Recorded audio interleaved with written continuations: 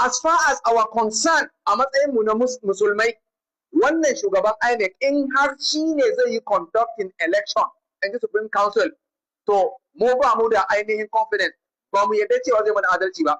Don haka ni yanzu daga magana ta ni yanzu sai nake cewa duk mutumin da ya tsaya under platform of APC, we should vote him out. Kar ku zaɓe shi. Saboda duk mutumin da kuka yi faɗa da shi ya samu dama a kanka kuma a ce wai ya maka adalci ba zai yi ba.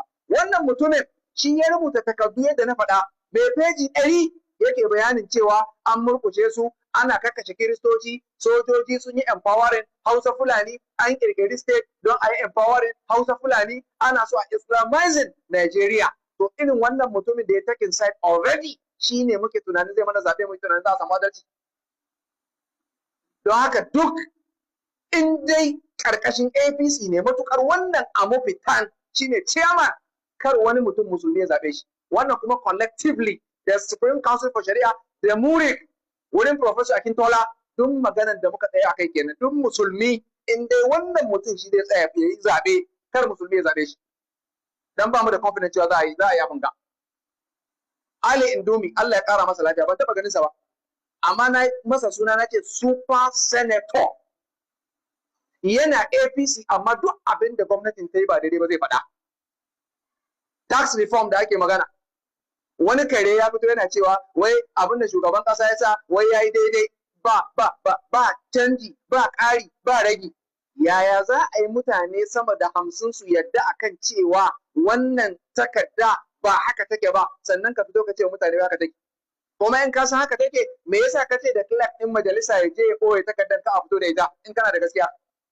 Ya faɗa, ya nanata, ya maya, ya ce shi yana ɗaya daga cikin mutanen da suka yi extensive investigation, sun yi binciken kwakwaf, ya gane wuraren da aka yi tampering da waɗannan wurare, wanda yake kuma hakan in an ci gaba da yi babu wani abu da za a yi sai dai a tafi kotu kawai. Saboda ya nuna cewa ba mu da kotuna, ya nuna cewa ba mu da legislative sai executive kawai suka rage. Ana operating ƙasa yadda kasan Uganda. Yoweri Museveni shine shugaban ƙasa, ɗansa shine shugaban sojoji, matarsa ita ce shugaban ilimi, sannan kuma diyarsa ita ce finance minister a wannan ƙasa. Haka muka koma. Ana operating ƙasa kamar wani personal abin ga commodity wanda mutum ke juyawa. Ya zama tafiya haka. Muna kusan mutum miliyan 200 da wani abu. Ya koyan uwa masu albarka. Duk da wani ya ce min na faɗa malam ka ce ai ba za a yi jam'iyya ɗaya ba, to ya kamata ai waɗanda kake cewa kar a yi, ya kamata a tantance a rairaye.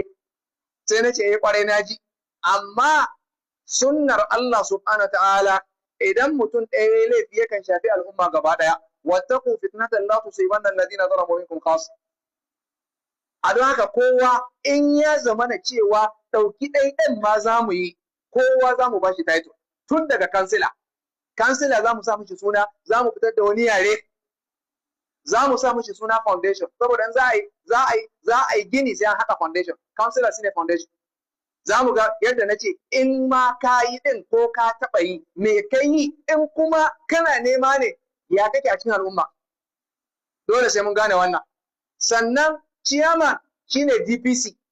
In mun ce DPC ga yadda za a yi, an riga an gane wane ne shi, ba sai mun ce chairman ba. Sannan cost biyu shine member na state. Za mu duba mu ga in kana kan kujeran wani ci gaba ka kawo al'umma, wani interest ka kare al'umma, me ka yi har da kake son a zaɓe ka.